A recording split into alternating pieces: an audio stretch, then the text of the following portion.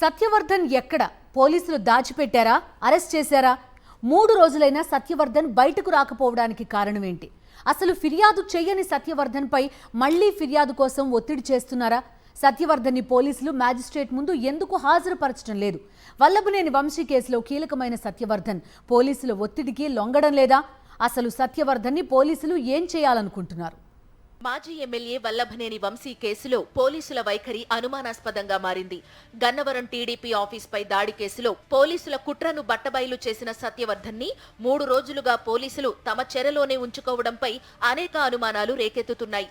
సత్యవర్ధన్ని kidnap చేసి బెదిరించి కులం పేరుతో దూషించారన్న ఆరోపణలతో వల్లభనేని వంశీని పోలీసులు అరెస్టు చేశారు. అయితే సత్యవర్ధన్ అలాంటి ఫిర్యాదు ఏదీ చేయలేదు. విశాఖపట్నంలో ఉన్న సత్యవర్ధన్ని పోలీసులు బలవంతంగా తీసుకొచ్చారు.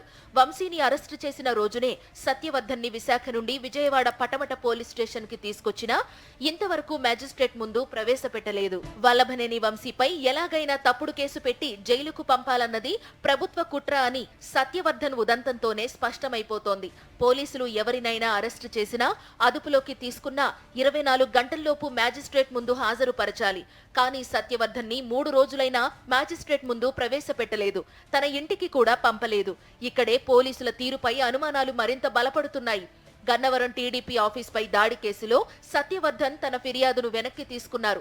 తనను సాక్షిగా సంతకం పెట్టమని, తర్వాత ఫిర్యాదుదారుగా చూపించారని, తనను ఎవ్వరూ కులం పేరుతో దూషించలేదని కూడా మ్యాజిస్ట్రేట్ ముందు స్పష్టం చేశారు. సత్యవర్ధన్ వంశీపై కేసు పెట్టడానికి అంగీకరించడం లేదని, అందుకే అతన్ని ఇంతవరకు పోలీసులు మ్యాజిస్ట్రేట్ ముందు హాజరుపరచలేదని వంశీ భార్య పంకజశ్రీ ఆరోపించారు. వంశీపై ఫాల్స్ కేసు పెట్టడానికి పోలీసులు అన్ని రకాలుగా సత్యవర్ధన్ పై ఒత్తిడి చేస్తున్నట్లు అర్థమవుతోందన్నారు. ఎక్స్టార్షన్ కేసు ఫైల్ చేయడానికి వాళ్ళు అన్ని విధాలు ట్రై చేస్తున్నారు. సత్యవర్ధన్ ఒప్పుకోవట్లేదు అని తెలుస్తుంది కదా, మరి లేకపోతే వాళ్ళు సబ్మిట్ చేస్తారు కదా మెజిస్ట్రేట్ దగ్గర. దాంట్లో ఇంకా అనుకోవడానికి ఏం లేదు కదా. This is very straight. ఈ కేసులో వైఎస్ఆర్ కాంగ్రెస్ నాయకులపై తప్పుడు కేసులు పెట్టడానికి పోలీసులు ఎంత కుట్రపూరితంగా వ్యవహరించారో సత్యవర్ధన్ ఫిర్యాదు ఉపసంహరణతో తేటతెల్లమైంది. అప్పటి నుండి సత్యవర్ధన్ కుటుంబాన్ని పోలీసులు టార్గెట్ చేశారు. సత్యవర్ధన్ సోదరుడి చేత వంశీపై ఫిర్యాదు చేయించారు. ఈ ఫిర్యాదు కూడా కేసును నిలబెట్టేంత బలంగా లేదన్నది పోలీసుల అభిప్రాయం. అందుకే ఎలాగైనా వంశీపై ఫిర్యాదు చేయించాలని సత్యవర్ధన్ పై ఒత్తిడి చేస్తున్నారు. పోలీసుల తీరుపై తీవ్ర విమర్శలు చెలరేగుతున్నాయి.